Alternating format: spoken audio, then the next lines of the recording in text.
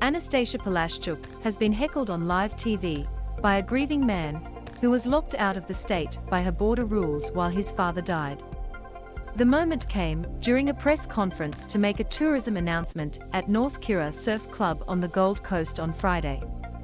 Approaching the end of questions from reporters, Ms. Palaszczuk returned to the microphone to begin making an announcement about Bundaberg's Paradise Dam, when the man began shouting at her from outside the club. "You failed me, Annastacia. Your government failed me when my father was dying. I did all the right things," the man claimed. "Your government locked me out. I did everything right, Annastacia. I'll hold you accountable for that, and you locked me out of my own state. I'll never forgive you."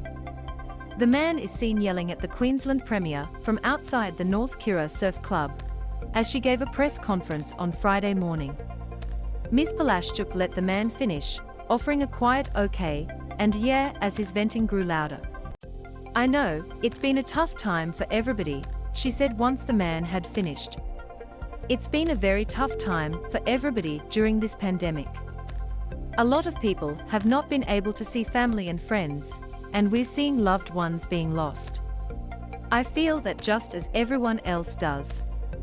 It has been absolutely a very tough time, and I can understand why that gentleman is very upset and very distressed."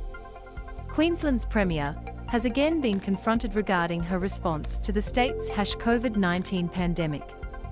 More details at 9 Jesse Burns, 5:30 p.m. on #9newspic.twitter.com/2ZMJPIMXs.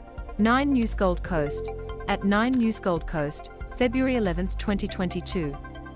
Annastacia Palaszczuk watches on as an emotional man directed a tirade at her about being locked out of the state while his father was dying. The man's outburst forced Ms. Palaszczuk to apologize to people who had not been able to see loved ones during the pandemic.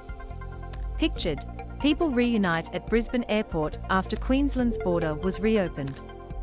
"All I can do is apologize to people who haven't been able to see their loved ones during the pandemic. No one asked for this pandemic, and we've been trying to manage it as best as we possibly can, and Queenslanders have done a great job." Ms. Palaszczuk then seamlessly resumed her announcement, thanking the federal government for matching funding to rebuild Paradise Dam near Bundaberg. Overnight, the federal government announced it would match the state's government's commitment of $600 million to rebuild the dam, bringing the project total to $1.2 billion.